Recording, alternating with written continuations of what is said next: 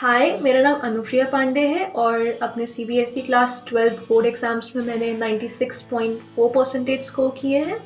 Commerce stream से मैं चिन्मया विद्यालय बोकारो की स्टूडेंट रह चुकी हूँ और अपने क्लास 12 बोर्ड्स मैंने चिन्मया विद्यालय से दिए हैं। मैं चिराचार्ज में रहती हूँ और ऑनेस्टली जैसे सबके थॉट्स होते हैं कि 11th-12th में उनके बोर्ड्स में अच्छे मार्क्स आए, वैसे मेरे भी थे और टचवुड यही हुआ। रीजनेबल मार्क्स आए, एक अच्छा परसेंटेज आया and I am happy about it. मैंने अपने क्लास 10th के boards MGM higher secondary school Bokaro से दिए हैं और फ्यूचर प्लान्स में है कि मुझे बीए ऑनर्स इकोनॉमिक्स सब्जेक्ट से करना है। फर्दर मुझे एमबीए करना है क्योंकि कुछ बिजनेस आइडियाज़ मेरे खुद के हैं, उसी के लिए मुझे वर्क करना है लाइफ लॉन्ग। तो अभी फ्यूचर प्लान्स तो यही हैं।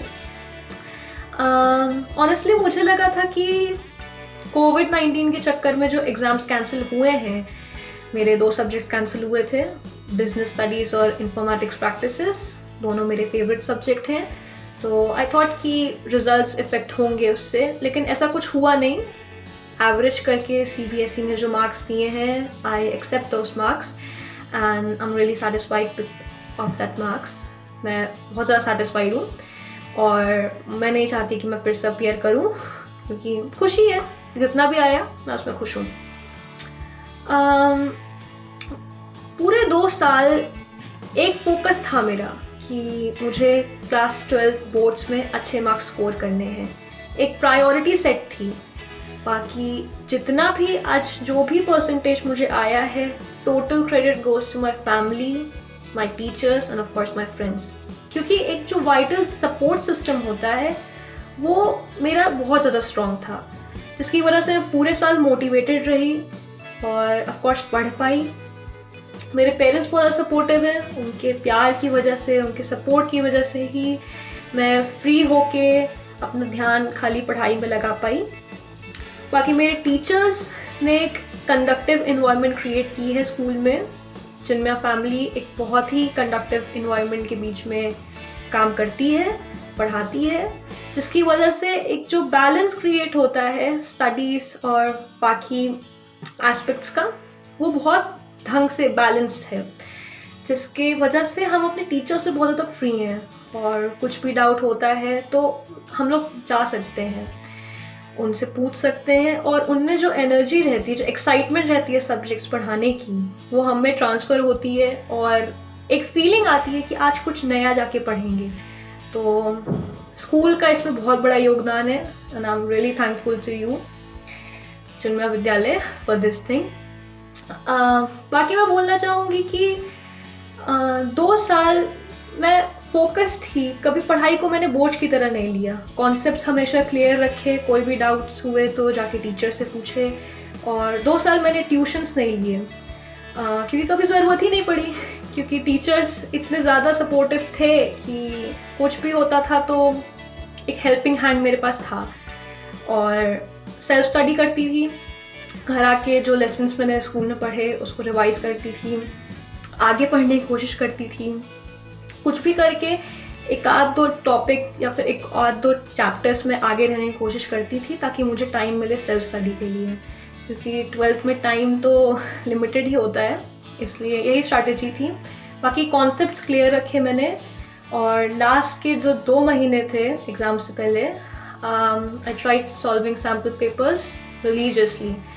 बहुत सारे सैम्पल पेपर्स मैंने सॉल्व किए और वो पास्ट ईयर पेपर सॉल्व किए मैंने, जिसकी वजह से जो फिनिशिंग टच आया उसकी वजह से ही बोर्ड्स में एक बैलेंस क्रिएट हो पाया परसेंटेज का सारे सब्जेक्ट्स में।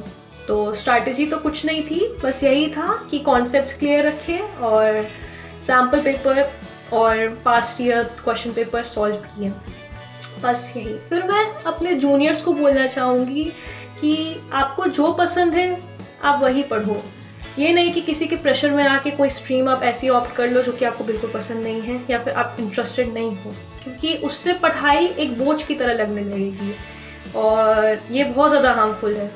इसलिए मैं चाहूँगी कि आप लोग जिस चीज़ में इंटरेस्टेड हैं उसी के तरफ फोकस्ड रहें और पढ़ाई को मज़े से पढ़ें, कभी उसको बोझ की तरह ना लें, बोरियत की तरह कि आज इतने चैप्टर्स कंप्लीट करने हैं या फिर आज ये करना है।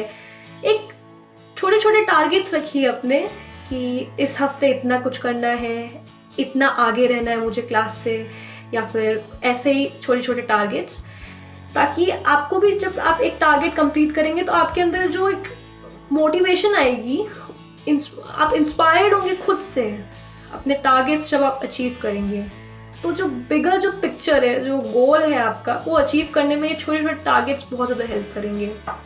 तो बस एक एडवाइस है जो कि मे बी आप ले सकते हो मुझसे। बाकी फिर एक क्वेश्चन रहता है कि आपने सोशल मीडिया कितना यूज़ किया। तो social media, to be very honest, मैं पूरा कट ऑफ नहीं थी मैं सोशल मीडिया से। मेरे को क्लास 11th और 12th में खुद का फ़ोन, ऑफकोर्स स्मार्टफोन नहीं मिला था, लेकिन फिर भी मैं कनेक्टेड थी। मैं सोशल मीडिया से टोटली कट ऑफ मैंने नहीं किया, क्योंकि आप टोटली कट ऑफ करके आप ही का घाटा है उसमें। आप नहीं कर सकते कि आपको डिस्ट्रेस के लिए सोशल मीडिया चाहिए, या फिर कोई भी सराउंडिंग, कोई भी इंफॉर्मेशन आपको जो होती है आपके सराउंडिंग या फिर स्कूल के कोई भी इवेंट्स वगैरह, वो सोशल मीडिया के थ्रू ही आजकल पता चलता है। तो कनेक्टेड रहना भी एक तरीके से ज़रूरी ही है। तो आप एक बैलेंस क्रिएट करके चलो सोशल मीडिया और स्टडीज़ के बीच में, और of course total cut off मत कर लो। मेरी ये एक एडवाइस और है। बाकी आजकल पबजी और टिकटॉक का बहुत ज़्यादा ट्रेंड है। टिकटॉक तो ऑफ कोर्स गवर्नमेंट बैन कर चुकी है। बाकी पबजी और बाकी गेम्स ऑनेस्टली मैंने कभी इतना ज़्यादा खेले नहीं, मतलब मैं एडिक्ट नहीं हूँ इन सब गेम्स की, और एडिक्ट होना भी नहीं चाहिए। एक लिमिटेड टाइम फ्रेम में आप अपना स्केड्यूल सेट कर सकते हो इन सब चीज़ों के लिए भी।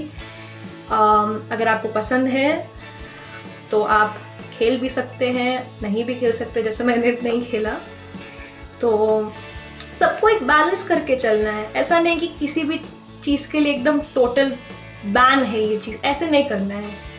इससे क्या होगा कि पढ़ते पढ़ते ही आप इतने बोर हो जाओगे कि लास्ट तक आते आते आपका मन हट जाएगा, जो कि नहीं होना है, ऐसा नहीं होना है। तो एक बैलेंस क्रिएट करके सब में चलना है, सब चीज़ में, आपकी सोशल लाइफ में, गेम्स में, पढ़ाई में।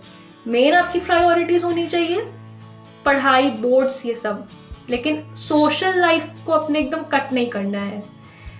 दोनों में एक बैलेंस बना के चलना है।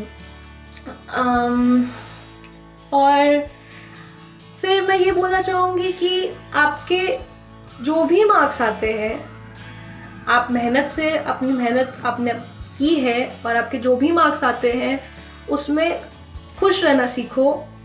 ऐसा भी हो सकता है कि कभी कभी इन्वायरमेंट के चक्कर में, सराउंडिंग के चक्कर में हो जाता है, कभी कभी कुछ इफ़ेक्ट्स ऐसे हो जाते हैं जिसके चक्कर में मार्क्स कम होते हैं इंटरनल असेसमेंट्स वगैरह में।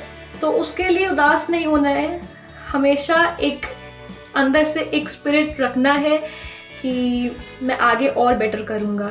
एक ऑप्टिमिज्म जो होता है वो हमेशा लेके चलना है। अगर ये है तो आपको अच्छे मार्क्स लाने से कोई नहीं रोक सकता है। तो थैंक यू, बस इतना ही।